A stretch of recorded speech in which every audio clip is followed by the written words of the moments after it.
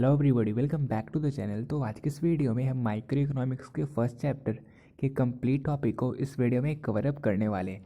और इस complete series को हम माइंड मैप के थ्रू कवर करने वाले हैं, क्योंकि माइंड मैप से आपको ये कम्प्लीटली पता चल जाने वाला है कि आपको इस चैप्टर में क्या कुछ पढ़ना है और कौन सबसे ज़्यादा इंपॉर्टेंट टॉपिक है जो कि आपके एग्जाम में क्वेश्चंस आएंगे ही आएंगे, जिन्हें आप अगर कंप्लीट कर लेते हो तो एग्ज़ाम में आप जितने क्वेश्चंस पूछे जाएंगे, सारे को नहीं लेकिन 50 मार्क्स के सब्जेक्टिव क्वेश्चंस को आप इजीली सॉल्व कर दोगे।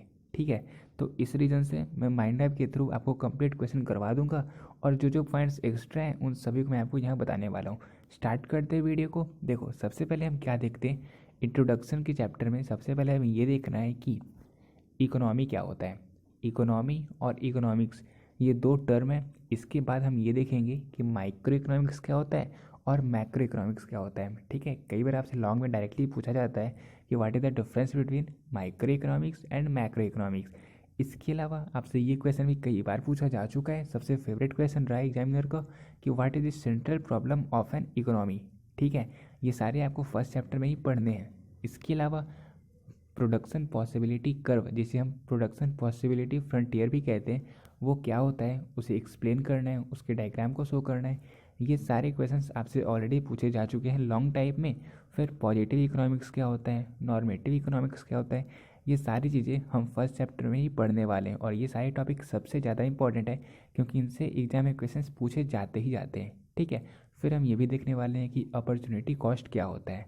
ठीक है, the next best alternative for good is known as opportunity cost. इन सभी को हम अच्छे से इस वीडियो में कवर अप करने वाले हैं। तो सबसे पहले हम ये देखते हैं कि इकोनॉमी और इकोनॉमिक्स के बीच क्या अंतर होता है, ये क्या होता है। देखो, सिंपली आप ये जान लो कि इकोनॉमी एक सिस्टम है। क्या है? इकोनॉमी एक सिस्टम है जहाँ पे वैसे ऑर्गेनाइजेशन, वैसे इंस्टीट्यूशन जो प्रोडक्शन, डिस्ट्रीब्यूशन और कंजप्शन के कार्य करते हैं। यानी कि ये जो इकोनॉमिक एक्टिविटी है, प्रोडक्शन, कंजम्पशन और डिस्ट्रीब्यूशन का, ये सारे एक्टिविटी जितने भी ऑर्गेनाइजेशन है, इंस्टीट्यूशंस करते हैं, इन सभी के नेटवर्क को हम इकोनॉमी कहते हैं। ठीक है, यानी कि किसी भी गुड्स एंड सर्विसेज को प्रोड्यूस करना उसे हम प्रोडक्शन कहते हैं, उन्हें डिस्ट्रीब्यूट करना उन्हें हम डिस्ट्रीब्यूशन कहते हैं, और उन्हें कंज्यूम करना जिन्हें हम कंजम्पशन कहते हैं, जो कि कंज्यूमर के द्वारा किया जाता है। इन सभी के नेटवर्क को, एक एरिया में इन सभी के नेटवर्क को ही हम इकोनॉमी कहते हैं। जैसे अगर हम एग्रीगेट लेवल पे देखें तो हम इंडिया को देख सकते हैं, इंडिया भी एक इकोनॉमी है। ठीक है, क्योंकि यहाँ पे गुड्स एंड सर्विसेज को जितने भी प्रोड्यूसर हैं वो प्रोड्यूस करते हैं, फिर उन्हें डिस्ट्रीब्यूट किया जाता है, फिर उन्हें एंड कंज्यूमर तक प्रोवाइड किया जाता है और फिर वो उनकी कंजप्शन को करते हैं। तो इंडिया भी एक इकोनॉमी है। तो सिंपली टर्म में आपने ये जान लिया कि इकोनॉमी एक सिस्टम होता है जहाँ पे इकोनॉमिक एक्टिविटी को किया जाता है, जैसे प्रोडक्शन, डिस्ट्रीब्यूशन और कंजप्शन को। अब हम ये देखते हैं कि जो इकोनॉमी है वो कितने टाइप में क्लासीफाइड है। देखो, इकोनॉमी को 3 टाइप में क्लासीफाइड किया गया है। कौन कौन से? कैपिटलिस्ट इकोनॉमी, सोशलिस्ट इकोनॉमी और मिक्स्ड इकोनॉमी। और आप ये भी जान लो कि मार्केट इकोनॉमी को ही कैपिटलिस्ट इकोनॉमी कहते हैं, क्योंकि आपसे ऑब्जेक्टिव में कई बार पूछे जा चुके हैं और गारंटीड है कि आपको 3 से 4 क्वेश्चंस मिल ही जाएंगे इस बार के एग्जाम में भी। तो इससे आप बिल्कुल मिस मत करना। ठीक है, मार्केट इकोनॉमी को ही कैपिटलिस्ट इकोनॉमी कहते हैं। इसके अलावा socialist economy, centrally planned economy और या फिर प्लान्ड इकोनॉमी, ये तीनों एक ही इकोनॉमी के नाम है। अगर हम मार्केट इकोनॉमी की बात करें तो मार्केट इकोनॉमी में जितने भी डिसीजंस लिए जाते हैं वो सारे लिए जाते हैं एक इंडिविजुअल या ग्रुप ऑफ इंडिविजुअल के द्वारा। यानी कि यहाँ पे गवर्नमेंट का कोई इंटरफेयर नहीं होता। जितने भी फैक्टर ऑफ प्रोडक्शन है, फैक्टर ऑफ प्रोडक्शन यानी कि लैंड, लेबर, कैपिटल और एंटरप्रेन्योरशिप, मैंने आपको बता रखा है, ये आपके ऑब्जेक्टिव में पूछा जाता ही हमेशा है कि what are the factor of production, जहाँ पे लैंड, लेबर और कैपिटल हम आपके फैक्टर ऑफ प्रोडक्शन होते हैं। ठीक है, तो इसे भी आप लोग याद रखना।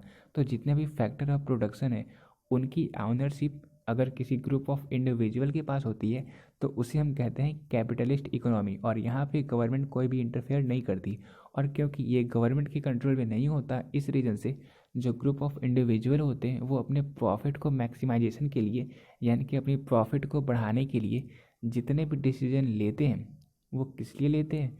वो अपने फ़ायदे के लिए लेते हैं। ठीक है, कौन सी इकोनॉमी में? कैपिटलिस्ट इकोनॉमी में, क्योंकि यहाँ पे गवर्नमेंट का कोई इंटरफेयर नहीं होता, जितने भी डिसीजन लिए जाते हैं वो सारे लिए जाते हैं प्राइवेट फर्म के द्वारा, यानी कि ग्रुप ऑफ इंडिविजुअल के द्वारा। वही बात करें सोशलिस्ट इकोनॉमी की, तो सोशलिस्ट इकोनॉमी में जितने भी डिसीजन लिए जाते हैं वो सारे लिए जाते हैं गवर्नमेंट के द्वारा। और क्योंकि गवर्नमेंट के द्वारा डिसीजन लिए जाते हैं, इस रीजन से यहाँ पे फोकस किया जाता है पब्लिक के वेलफेयर पे, ठीक है, यानी कि जनता की भलाई पर सोशलिस्ट इकोनॉमी पे वर्क किया जाता है। और यहाँ पे प्राइवेट जो फर्म होते हैं उनका कोई भी इंटरफेयर नहीं होता। यहाँ पे जितने भी डिसीजन लिए जाते हैं वो सारे लिए जाते हैं गवर्नमेंट के द्वारा, क्योंकि यहाँ पे जो फैक्टर ऑफ प्रोडक्शन है वो सारे गवर्नमेंट की हाथों में होती है, यानी कि इन सभी की ऑनरशिप होती है गवर्नमेंट के हाथों में। वही बात करें एक और इकोनॉमी में जिसे कहते हैं हम मिक्स्ड इकोनॉमी, तो मिक्स्ड इकोनॉमी में जितने भी इंडिविजुअल होते हैं, मतलब जो ग्रुप ऑफ इंडिविजुअल है और इसके अलावा जो गवर्नमेंट है, इन दोनों को साथ में मिलकर काम करना होता है। यानी कि जितने भी डिसीजन लिए जाते हैं इन दोनों की आपसी सहमति से लिए जाते हैं, किस इकोनॉमी में, मिक्स्ड इकोनॉमी में। और क्योंकि यहाँ पे ग्रुप ऑफ इंडिविजुअल और गवर्नमेंट दोनों साथ में मिलकर कार्य करता है, इस रीजन से यहाँ पे जो मोटिव होता है वो प्रॉफिट भी अर्न करना होता है और पब्लिक को वेलफेयर भी प्रोवाइड करना होता है, ठीक है। तो ये हुआ हमारा इकोनॉमी, ये क्लियर हो चुका होगा। इकोनॉमी टीम टाइप के होते हैं, कैपिटलिस्ट इकोनॉमी, सोशलिस्ट इकोनॉमी और मिक्स्ड इकोनॉमी। और ये मैंने इसलिए शेयर कर दिया नोट्स, ताकि जिनके पास नोट्स नहीं है वो इन सभी को कॉपी कर सके, इन्हें पढ़ सके और एग्जाम में आंसर कर सके। अगर आपके पास नोट्स ऑलरेडी अवेलेबल है तो आप बता देना, नेक्स्ट वीडियो में नोट्स प्रोवाइड नहीं करूँगा, ठीक है। फिर देखो इसके बाद एक और टर्म है जो कि बहुत इंपॉर्टेंट है और वो है इकोनॉमिक्स। तो अगर मैं आपको शॉर्ट में बताऊं तो इकोनॉमिक्स का सिंपल सा मतलब ये है कि यहाँ पे हम ये स्टडी करते हैं, इकोनॉमिक्स में हम ये स्टडी करते हैं कि किस तरीके से लिमिटेड रिसोर्सेज से हम अपने वांट्स को फुलफ़िल करें, ठीक है। यानी कि यहाँ पे हम किस तरीके से इफ़िशिएंट तरीके से मैनेजमेंट कर सके, ये हम पढ़ते हैं इकोनॉमिक्स में। इकोनॉमिक्स एक ब्रांच ऑफ सोशल साइंस है जहाँ पे हम ये स्टडी करते हैं कि किस तरीके से अपने लिमिटेड रिसोर्सेज से हम अपने अनलिमिटेड वांट्स को फुलफिल करें, ठीक है। तो क्लियर हो गया होगा इकोनॉमी क्या होता है और इकोनॉमिक्स क्या होता है। अब हम ये देखते हैं कि माइक्रो इकोनॉमिक्स और मैक्रो इकोनॉमिक्स ये दोनों कौन से टर्म हैं। देखो जो सबसे इम्पॉर्टेंट पॉइंट है और वो ये है कि माइक्रो इकोनॉमिक्स क्या होता है और मैक्रो इकोनॉमिक्स क्या होता है और इन दोनों के बीच क्या डिफरेंस है। देखो अगर हम ओरिजिन के बेसिस पे बात करें तो जो माइक्रो इकोनॉमिक्स है, ये माइक्रो वर्ड लिया गया है एक ग्रीक वर्ड माइक्रस से, जिसका अर्थ होता है स्मॉल, ठीक है। ये जो आपको दिख रहा है माइक्रस, इसका अर्थ होता है स्मॉल। और मैक्रो इकोनॉमिक्स लिया गया है एक ग्रीक वर्ड मैक्रोस से, जिसका अर्थ होता है लार्ज, ठीक है।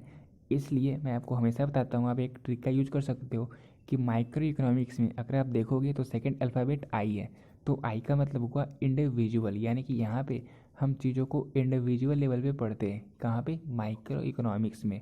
वही मैक्रो इकोनॉमिक्स, यहाँ पे जो सेकंड अल्फ़ाबेट है वो है ए यानी कि एग्रीगेट, यानी कि होल इकोनॉमी। तो मैक्रो इकोनॉमिक्स में हम चीज़ों को एग्रीगेट लेवल पे पढ़ते हैं, यानी कि एक कंप्लीट इकोनॉमी की तरह पढ़ते हैं। और मैंने आपको ये बता दिया कि जो माइक्रो इकोनॉमिक्स है वो ग्रीक वर्ड माइक्रस से लिया गया, जिसका अर्थ होता है स्मॉल। वही मैक्रो इकोनॉमिक्स जो है वो भी एक ग्रीक वर्ड और वो है मैक्रोस से लिया गया, जिसका अर्थ होता है लार्ज। तो मैक्रो इकोनॉमिक्स को theory of income and employment भी कहा जाता है, ये कई बार आपसे ऑब्जेक्टिव में पूछा जा चुका है। और इसके अलावा माइक्रो इकोनॉमिक्स को प्राइस थ्योरी भी कहा जाता है। मैं सारे पॉइंट आपको इसलिए बता रहा हूँ क्योंकि आपसे ऑब्जेक्टिव भी कई सारे बन जाएंगे अगर आप इन पॉइंट्स को कंसिडर करोगे तो। इसके अलावा आप डिफरेंस में इन सभी को आंसर कर सकते हो अब इजीली, ठीक है। फिर देखो नेक्स्ट पॉइंट है स्टडी मैटर। तो अगर हम माइक्रो इकोनॉमिक्स की बात करें तो यहाँ पे हम इंडिविजुअल इकोनॉमिक रिलेशन इशू को पढ़ते हैं, जैसे हाउस होल्ड, फर्म्स, कंज्यूमर, मतलब जो इंडिविजुअल लेवल की चीज़ें हैं उन्हें हम पढ़ते हैं माइक्रो इकोनॉमिक्स में। वही बात करें मैक्रो इकोनॉमिक्स की तो यहाँ पे हम एक होल इकोनॉमी को पढ़ते हैं, जैसे इंडियन इकोनॉमी। तो इंडियन इकोनॉमी को हम मैक्रो इकोनॉमिक्स में पढ़ते हैं। अब जैसे अगर मैं आपको एग्जांपल बताऊं तो आप देख सकते हो माइक्रो इकोनॉमिक्स में हम ये बोल सकते हैं कि अगर प्राइस बढ़ती है तो डिमांड घटेगी, अगर प्राइस बढ़ रही है तो डिमांड घट रही है, क्योंकि एक जो कंज्यूमर है उसका बजट तो फिक्स है, यानी कि उसकी जो सैलरी है वो तो फिक्स है। और क्योंकि इसकी सैलरी फिक्स्ड है इसलिए अगर किसी भी कमोडिटी की प्राइस बढ़ जाएगी तो जितने पैसे वो पहले उस पर इन्वेस्ट करा था वो घटने लगेगी, क्योंकि उतनी उसकी कैपेसिटी नहीं होगी खर्च करने की। तो ये माइक्रो इकोनॉमिक्स के अंतर्गत आएगी। लेकिन अगर हम बात करें मैक्रो इकोनॉमिक्स की तो हम ये कह सकते हैं जैसे इन्फ्लेशन, महंगाई इंडिया में बढ़ रही है, तो उस केस में क्या होगा कि जो गवर्नमेंट है वो जितने भी करेंसी है तो फिर उनकी मार्केट में अवेलेबिलिटी को कम कर देगी, जिससे महंगाई को कम किया जा सके। तो अगर हम इसे पढ़ेंगे तो ये हम पढ़ रहे हैं मैक्रो इकोनॉमिक्स में, ठीक है। तो अच्छे से क्लियर हो जाएगा होगा आपका। फिर आप देखोगे नेक्स्ट पॉइंट को, तो पॉइंट नंबर 3 है ऑब्जेक्टिव। तो its main objective is to analyse the principles, problem and policy for the achievement of the goal of optimum allocation of resources. तो किस तरीके से हम ऑप्टिमम यूटिलाइजेशन ऑफ रिसोर्सेज करेंगे, इनकी स्टडी को हम यहाँ पे देखते हैं। ये इसकी ऑब्जेक्टिव होती है माइक्रो इकोनॉमिक्स की। वही अगर हम बात करें मैक्रो इकोनॉमिक्स की, तो it investigate principle, problem and policy related to achievement of full employment. तो जो मैंने आपको बताया फुल एम्प्लॉयमेंट मतलब रोजगार सृजन करने का कार्य भी हम मैक्रो इकोनॉमिक्स में करते हैं, क्योंकि यहाँ पे कंप्लीट इकोनॉमी की बात की जाती है। तो किस तरीके से फर्म को इस्टेब्लिश किया जाए ताकि इकोनॉमिक अच्छे से रन कर सके। इसके अलावा किस तरीके से अपने इकोनॉमी में हम रोज़गार सृजन, तो मैंने आपको बता ही दिया। किस तरीके से मनी सप्लाई को कंट्रोल किया जा सके ताकि ज़्यादा इन्फ्लेशन ना हो। तो इन सारी चीज़ों को हम मैक्रो इकोनॉमिक्स में पढ़ते हैं, ठीक है। फिर देखो फोर्थ पॉइंट है डील्स विथ। तो it deals with how consumer और producer make their decision depending on their given budget and other variable. तो जो माइक्रो इकोनॉमिक्स है वो किस पर डील करता है, ये डील करता है कंज्यूमर पे और प्रोड्यूसर पे, ठीक है, जो अपने डिसीजन लेते हैं अपने बजट के अकॉर्डिंग, ठीक है। इसके अलावा अगर हम बात करें मैक्रो इकोनॉमिक्स की, तो it deals with how different economic sector such as house hold, industries, government and foreign sector make their decision. तो यहाँ पे क्योंकि हम कंप्लीट इकोनॉमी को पढ़ रहे हैं, तो जितने भी एक्सटर्नल इकोनॉमी की जो डिसीजंस होते हैं वो सारे भी अफेक्ट करते हैं मैक्रो इकोनॉमिक्स को, और जितने भी गवर्नमेंट के जो पॉलिसीज हैं वो सारे अफेक्ट करते हैं मैक्रो इकोनॉमिक्स को। तो इसलिए मैक्रो इकोनॉमिक्स को इन सभी से डील करना पड़ता है, ठीक है। फिर नेक्स्ट पॉइंट देखेंगे हम मेथड को। तो it use the method of partial equilibrium, that is equilibrium in one market. तो किसी एक मार्केट के इक्विलिब्रियम को हम पढ़ते हैं माइक्रो इकोनॉमिक्स में, क्योंकि यहाँ पे इंडिविजुअल लेवल पे चीज़ों को पढ़ा जाता है। अब इक्विलिब्रियम क्या होता है, तो ये तो मतलब कंज्यूमर इक्विलिब्रियम, प्रोड्यूसर इक्विलिब्रियम, इन सारी चीज़ों को हम आगे देखने वाले हैं, ठीक है। फिर हम बात करते हैं मैक्रो इकोनॉमिक्स की। तो it use the method of general equilibrium, यानी कि equilibrium in all market of an economy. तो एक इकोनॉमी में जितने भी मार्केट हैं उन सभी के इक्विलिब्रियम कंडीशन को हम देखते हैं मैक्रो इकोनॉमिक्स में। तो सिंपल सा टर्म ये जान लो कि मैक्रो इकोनॉमिक्स में हम चीज़ों को एग्रीगेट लेवल पे पढ़ते हैं, यानी कि कंप्लीट इकोनॉमी को हम कंसीडर करते हैं, क्योंकि यहाँ पे मैक्रो इकोनॉमिक्स में जो सेकंड अल्फ़ाबेट है वो है ए, यानी कि एग्रीगेट लेवल पे चीज़ों को पढ़ेंगे। वही माइक्रो इकोनॉमिक्स की बात करें तो क्योंकि माइक्रो इकोनॉमिक्स में सेकंड अल्फ़ाबेट आई है, तो यहाँ पे हम इंडिविजुअल लेवल पे चीज़ों को पढ़ेंगे, ठीक है। तो माइक्रो इकोनॉमिक्स और मैक्रो इकोनॉमिक्स इन दोनों के बीच के डिफरेंस आपके क्लियर हो चुके होंगे। और देखो माइक्रो इकोनॉमिक्स और मैक्रो इकोनॉमिक्स इन दोनों के डिफरेंस में आप एक और पॉइंट नोट कर लेना, जैसे एग्जाम में कई सारे ऑब्जेक्टिव पूछे जा चुके हैं, ठीक है। जैसे माइक्रो इकोनॉमिक्स के अंतर्गत हमें कौन सी चीज़ों को पढ़ना रहता है और मैक्रो इकोनॉमिक्स के अंतर्गत हमें कौन सी चीज़ों को पढ़ना रहता है। देखो माइक्रो इकोनॉमिक्स में हमें theory of consumer behaviour and demand, theory of producer behaviour and supply, theory of price determination under different market conditions, theory of factor pricing और थ्योरी ऑफ डिस्ट्रीब्यूशन और थ्योरी ऑफ इकोनॉमिक वेलफेयर, इन चीज़ों को हमें पढ़ना होता है micro economics में। ये मैं इसलिए बता रहा हूँ क्योंकि आपसे कई बार ऑब्जेक्टिव में पूछ जाते हैं कि theory of economic welfare is studied in micro economics, macro economics या बोथ ए एंड बी या फिर नन ऑफ दिस। तो वहाँ पे आप कंफ्यूज ना करो, इस रीज़न से मैं इस चार्ट को आपको शो कर रहा हूँ। इसके अलावा अगर हम मैक्रो इकोनॉमिक्स की बात करें तो मैक्रो इकोनॉमिक्स में theory of national income, theory of money, theory of general price level and inflation, theory of employment, theory of international trade, macro theory of distribution और theory of economic growth को पढ़ा जाता है, ठीक है। This all are studied in macro economics. तो ये point भी आपका क्लियर हो गया होगा, और ये मैंने इसलिए इंक्लूड करा क्योंकि इससे कई सारे ऑब्जेक्टिव आपसे डायरेक्टली पूछे जाते हैं आपके एग्जाम में। चलो तो इस पॉइंट को तो अब हमने क्लियर कर लिया कि माइक्रो इकोनॉमिक्स क्या होता है और मैक्रो इकोनॉमिक्स क्या होता है। तो हम देखने वाले हैं नेक्स्ट पॉइंट को, जो कि है central problem of an economy. तो इसके 3 प्रॉब्लम्स होते हैं, एक है व्हाट टू प्रोड्यूस, नेक्स्ट है how to produce and third है फॉर होम टू प्रोड्यूस, यानी कि किसका उत्पादन करें, कैसे उत्पादन करें और किसके लिए उत्पादन करें। ठीक है, तो अब हम इसे नोट्स के थ्रू देखने वाले हैं। तो central problem of an economy की हम सबसे पहली प्रॉब्लम देखने वाले हैं, वो है व्हाट टू प्रोड्यूस, यानी कि हमें किसका उत्पादन करना है। क्योंकि एक सोसाइटी में, क्योंकि वांट्स तो अनलिमिटेड होती है, कई सारी कमोडिटी की, कई सारी गुड्स की वहाँ पे नीड होती है, लेकिन हम ये डिसाइड करते हैं कि हम कौन से गुड्स को प्रिपेयर करें जो ज़्यादा फ्रूटफुल हो, जो हम प्रिपेयर कर सकते हैं, जो हम बना सकते हैं और जिसकी डिमांड भी बहुत है। ठीक है, जिससे हमें मैक्सिमम प्रॉफिट हो सके। तो ये सारी चीज़ें डिसाइड करना कि हमें कौन सी कमोडिटी को प्रिपेयर करना है, ये कहलाता है व्हाट टू प्रोड्यूस। और यहाँ पे हम ये भी देखते हैं कि हमें जो कमोडिटी हम प्रिपेयर करने वाले उसे कितनी क्वांटिटी में बनाना है, ये भी हम व्हाट टू प्रोड्यूस में देखते हैं। ठीक है, इसके बाद नेक्स्ट पॉइंट है हाउ टू प्रोड्यूस। तो अब हमने ये तो सोच लिया कि हाँ हमें इस कमोडिटी को बनाना है। ठीक है, अब हम ये देखते हैं कि इसको बनाने के भी कई सारे टेक्नोलॉजी है, मतलब वो कई चीज़ों से हम इसे बना सकते हैं। तो जो सबसे बेस्ट टेक्नोलॉजी है वो हम यूज करते हैं उसके लिए। और टेक्नोलॉजी कई टाइप के होते हैं। एक होता है लेबर इंटेंसिव टेक्निक। ठीक है, याद रखना, एग्जाम में पूछा जाता है शॉर्ट में भी कि लेबर इंटेंसिव टेक्निक क्या होता है या फिर कैपिटल इंटेंसिव टेक्निक क्या होता है। लेबर इंटेंसिव टेक्निक में लेबर का ज़्यादा यूज किया जाता है और कैपिटल यानी कि मशीनरीज वगैरह का कम यूज किया जाता है। यानी कि लेबर इंटेंसिव टेक्निक में लेबर का ज़्यादा यूज किया जाता है, श्रमिक वर्ग का ज़्यादा यूज किया जाता है और जितने भी मशीन्स वगैरह होते हैं उनका कम यूज किया जाता है। और एक होता है कैपिटल इंटेंसिव टेक्निक।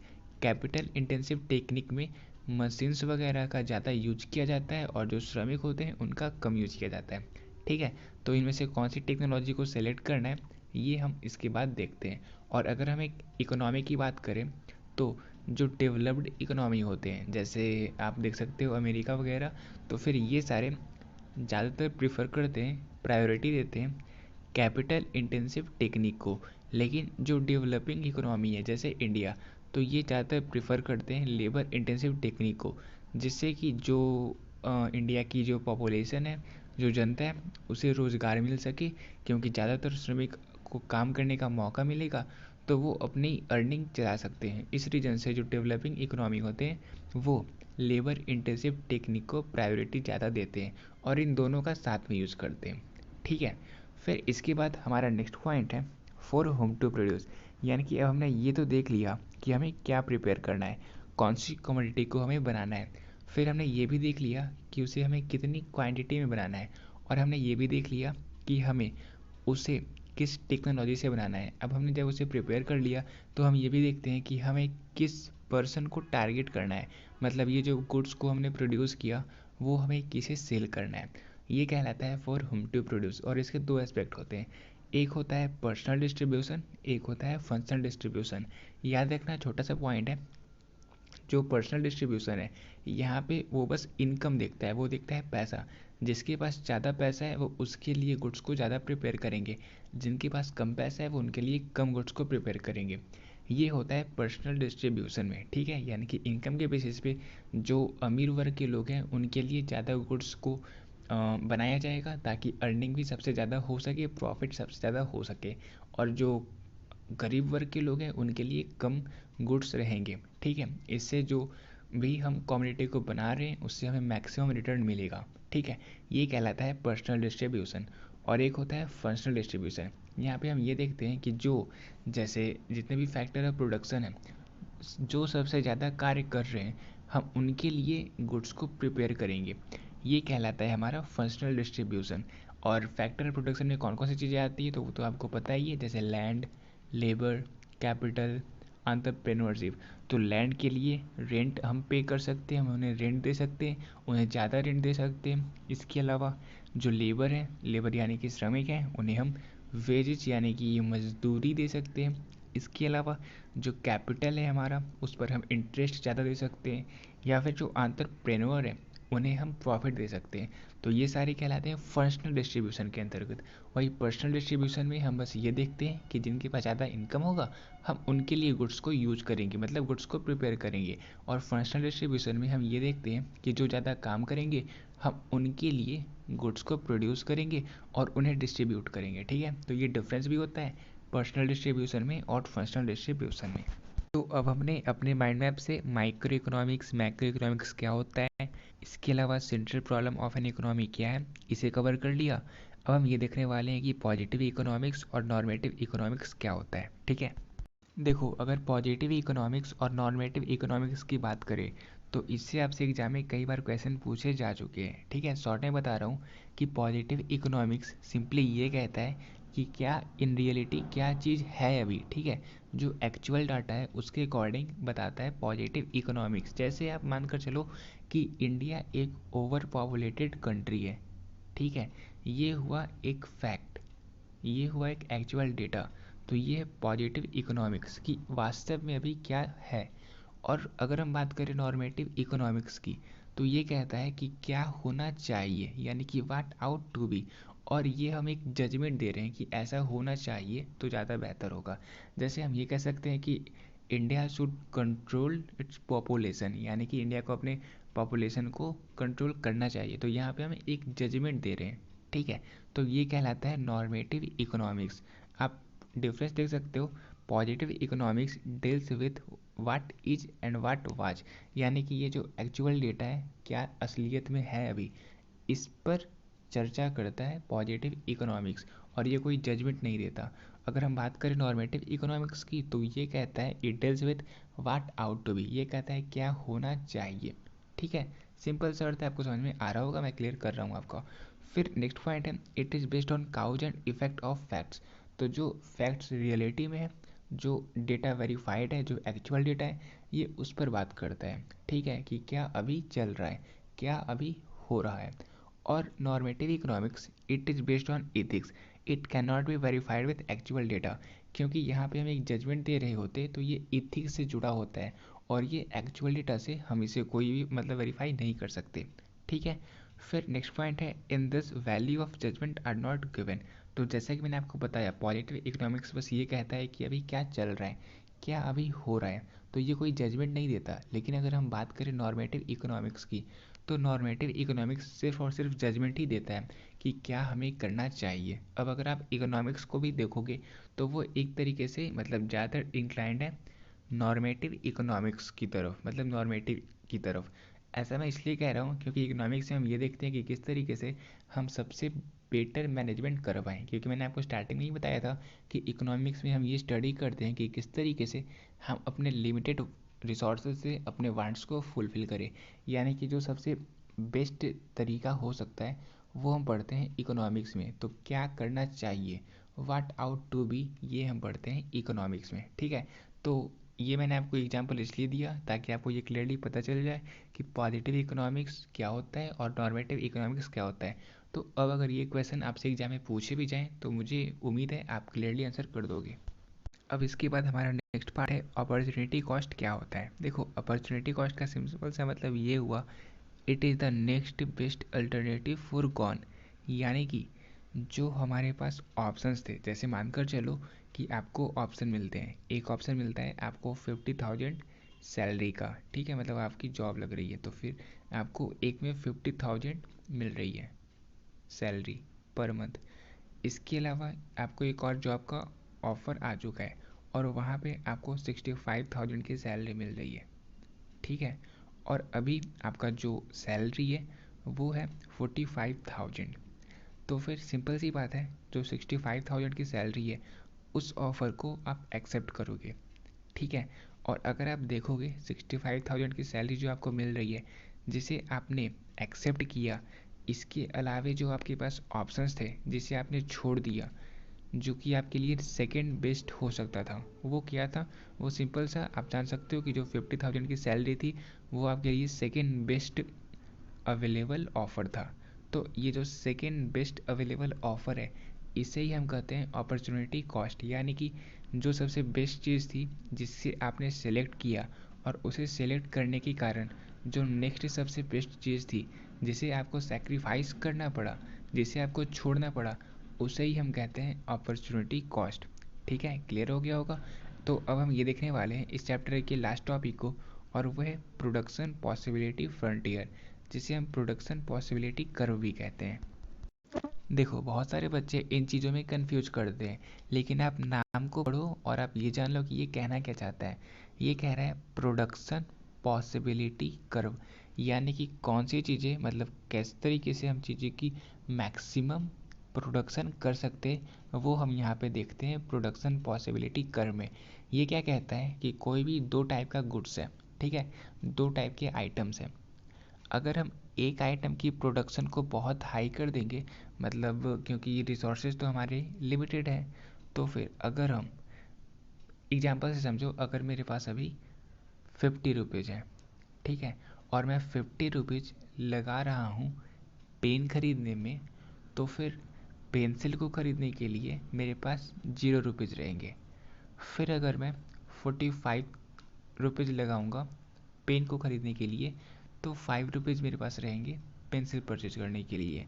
इसी तरीके से अगर हम और सिचुएशन को देखेंगे, तो अगर हम फिर 5 रुपीज़ मैं लगाऊंगा पेन को परचेज करने के लिए, तो 45 रुपीज़ मेरे रहेंगे पेंसिल को परचेज करने के लिए। तो इस तरीके से जो अलग अलग पॉसिबिलिटी है, उन सभी को एक ग्राफ में शो करना ही कहलाता है production possibility curve. This show all possible combination of set of two goods that an economy can produce with available resources and given technology, assuming that all resources are fully and efficiently utilized। यानी कि जितने भी resources हैं उनका full utilisation किया जा रहा है, और उससे दो गुड्स का जो कॉम्बिनेशन बनता है, उन सभी के पॉसिबल कॉम्बिनेशन को हम प्रोडक्शन पॉसिबिलिटी कर्व में इंडिकेट करते हैं, इसके ग्राफ में हम शो करते हैं। और इसके दो फीचर होते हैं। एक तो ये होता है कि ये जो ग्राफ होता है वो डाउनवर्ड स्लोप करता है लेफ़्ट से राइट की ओर। जैसे अगर अभी मैं आपको ग्राफ दिखाऊंगा, आप वहाँ पे देखना, ये जो ग्राफ होगा वो लेफ़्ट से राइट की ओर इसलिए डाउनवर्ड स्लोपिंग होता है, क्योंकि जैसे जैसे हम एक आइटम के प्रोडक्शन को कम करते जाएंगे, वैसे वैसे हम दूसरे आइटम की ज़्यादा प्रोडक्शन कर पाएंगे। और वही वाइस वर्सा है कि अगर हम एक आइटम की प्रोडक्शन को ज़्यादा करेंगे, तो दूसरे आइटम की प्रोडक्शन को हमें कम करना पड़ेगा।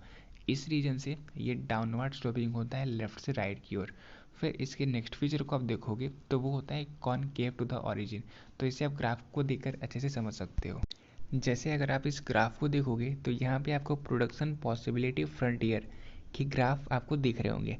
आप यहाँ पे देखोगे कि ये लेफ़्ट से राइट की ओर डाउनवर्ड स्लोपिंग होता है। ऐसा क्यों होता है? क्योंकि मैंने आपको बता दिया कि अगर हम गुड्स एक्स के प्रोडक्शन को बढ़ाएंगे तो गुड्स वाई के प्रोडक्शन कम हो जाएंगे, क्योंकि रिसोर्सेज तो लिमिटेड होते हैं।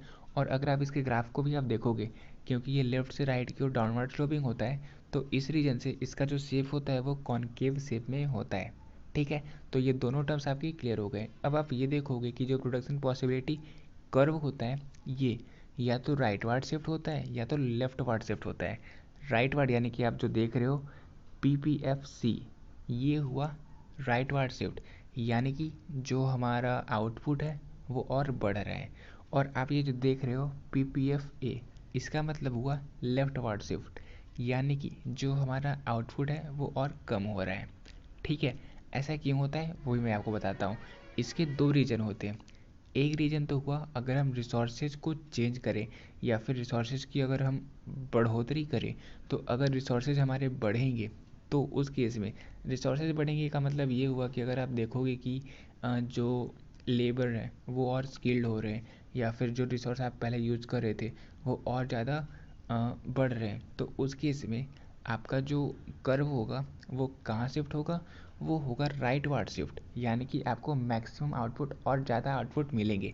राइट वार्ड शिफ्ट होगा अगर हमारी टेक्नोलॉजी अपग्रेड हो रही है या फिर हमारे रिसोर्सेज हैं वो बढ़ रहे हैं तो।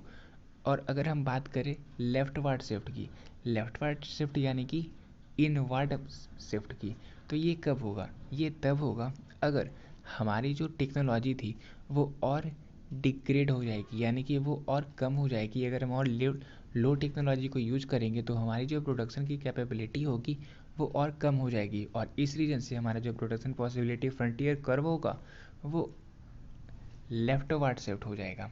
ठीक है, तो यहाँ पे आप और क्लियरली देख सकते हो right ward shift of production possibility frontier shows increase in resources और इम्प्रूवमेंट इन टेक्नोलॉजी। यानी कि अगर हमारा पीपीएफ राइटवर्ड शिफ्ट हो रहा है तो ये साफ साफ इंडिकेट करता है कि जो हमारी रिसोर्सेज है और जो हमारी टेक्नोलॉजी है वो और इम्प्रूव हो रही है। एग्जाम्पल में आप देख सकते हो, जैसे हमारे जो लेबर थे वो और ज़्यादा स्किल हो रहे हैं, या फिर टेक्नोलॉजी और ज़्यादा इम्प्रूव कर रही है, या फिर जो लैंड है उसकी प्रोडक्टिविटी और ज़्यादा बढ़ रही है। तो ये सारे पॉजिटिव साइन है, और इस रीज़न से जब प्रोडक्शन पॉसिबिलिटी फ्रंटियर होता है वो राइटवर्ड शिफ्ट करता है। वही अगर हम बात करें लेफ्टवर्ड शिफ्ट की, लेफ्टवर्ड मूवमेंट की, तो ये कब होता है? तो अगर it shows the decrease in resources और degradation of technology in the economy.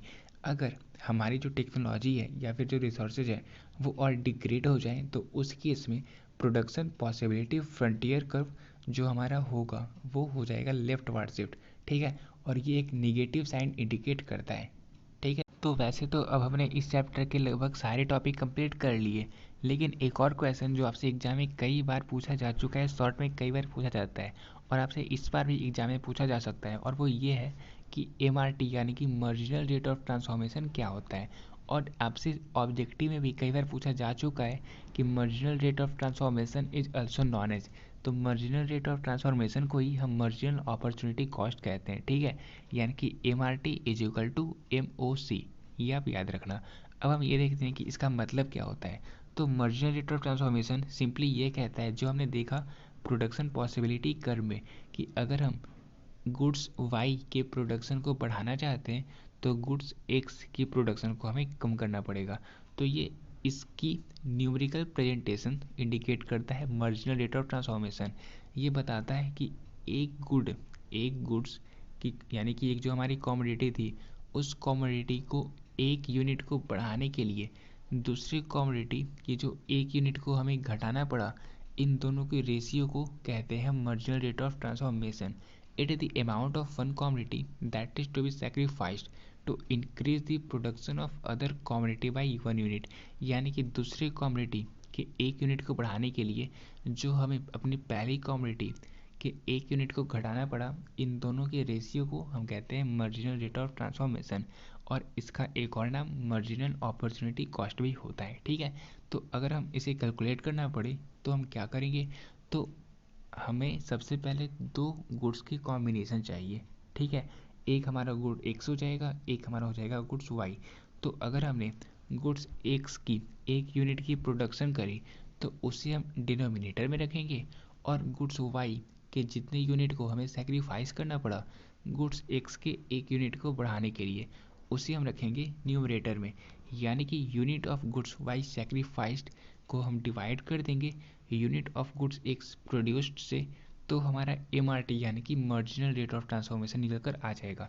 और आप इस तरीके से एग्जाम में आंसर कर दोगे तो आपको निश्चित तौर पर शॉर्ट में 2 मार्क्स मिलने ही मिलने हैं। ठीक है, और अगर आप देखोगे इस चैप्टर को, तो अब इस चैप्टर के हमने सारे टॉपिक को कवर कर लिए।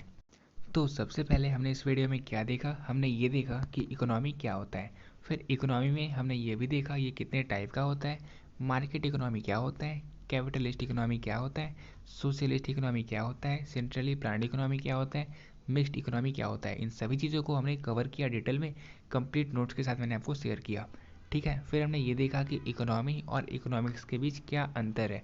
इसे कवर करने के बाद फिर हमने ये देखा कि माइक्रो इकोनॉमिक्स क्या होता है, मैक्रो इकोनॉमिक्स क्या होता है, और इनके बीच के डिफरेंस को भी हमने लगभग 6 से पॉइंट में भी कवर किया, क्योंकि आपसे डायरेक्टली एग्जाम में 5 मार्क्स का पूछा जाता है कि what is the difference between micro economics and macro economics. इसे कवर करने के बाद हमने फिर ये देखा कि central problem of an economy क्या होती है, और यहाँ हमने इसके 3 मेजर प्रॉब्लम को देखा, what to produce, how to produce and for whom to produce. इन सभी को हमने नोट्स के साथ कवर किया, और यहाँ पे हमने ये भी देखा हाउ टू प्रोड्यूस में हमने ये भी देखा कि लेबर इंटेंसिव टेक्निक क्या होता है और कैपिटल इंटेंसिव टेक्निक क्या होता है। फिर फॉर होम टू प्रोड्यूस में हमने ये देखा कि पर्सनल डिस्ट्रीब्यूशन क्या होता है और फंक्शनल डिस्ट्रीब्यूशन क्या होता है। तो कंप्लीट नोट्स के साथ मैंने आपको शेयर किया कि आप प्रेजेंटेशन भी दे सकते हो एग्जाम में अगर आपके पास नोट्स अवेलेबल नहीं है तो। आफ्टर दैट इसके बाद हमने ये देखा कि पॉजिटिव इकोनॉमिक्स क्या होता है और नॉर्मेटिव इकोनॉमिक्स क्या होता है। एक एग्जाम्पल के थ्रू मैंने आपको कंप्लीट चीज़ें अच्छे से कवर करवा दी। लगभग 5 पॉइंट में हमने इन दोनों के बीच के डिफरेंस को भी देखा, और इसे कवर करने के बाद हमने फिर ये देखा कि अपॉर्चुनिटी कॉस्ट क्या होता है। और हमने फिर ये भी देखा कि मार्जिनल रेट ऑफ ट्रांसफॉर्मेशन, जिसे हम मार्जिनल अपॉर्चुनिटी कॉस्ट भी कहते हैं, ये क्या होता है, इसे हम किस तरीके से कैलकुलेट करते हैं। इतना करने के बाद हमने ये भी देखा प्रोडक्शन पॉसिबिलिटी फ्रंटियर क्या होता है, जिसे हम प्रोडक्शन पॉसिबिलिटी कर्व भी कहते हैं, और ये डाउनवर्ड शिफ्ट होता है लेफ्ट से राइट की ओर, और इसके अलावा ये राइटवर्ड शिफ्ट कब होता है और इनवर्ड शिफ्ट कब होता है, और कौन कौन से रीजन होते हैं। एक होता है जब रिसोर्सेज चेंज होता है, और एक तब जब टेक्नोलॉजी को चेंज किया जाता है। तो इन सभी चीज़ों को हमने इस वीडियो में कवर किया, और इस तरीके से हमारा ये चैप्टर पूरी तरीके से कवर हो गया। और अगर आप क्विक रिवीजन करना चाहते हो तो ये माइंड मैप आपके लिए सबसे ज़्यादा इंपॉर्टेंट है। ठीक है, तो फिर अगर आप चाहते हो इस माइंड मैप को डाउनलोड करना, तो फिर डिस्क्रिप्शन बॉक्स में मैं इसके लिंक को शेयर कर दूंगा, आप वहाँ से डायरेक्टली से डाउनलोड कर सकते हो। इसके अलावा जितने नोट्स मैंने इस वीडियो में शेयर किया, उन सभी को आप अपने कॉपी में नोट कर लो अगर आपके पास नोट्स अवेलेबल नहीं है तो, और उस तरीके की प्रेजेंटेशन आप अपने एग्जाम में देना। ठीक है, तो उम्मीद करता हूँ, मैंने बहुत मेहनत कर इस वीडियो को बनाने में, बहुत टाइम लगा और मैंने अपना बेस्ट दिया। आपको ये वीडियो कैसा लगा नीचे कमेंट सेक्शन में कमेंट करना। ठीक है, मिलते हैं अपने नेक्स्ट वीडियो में, तब तक के लिए पीस आउट।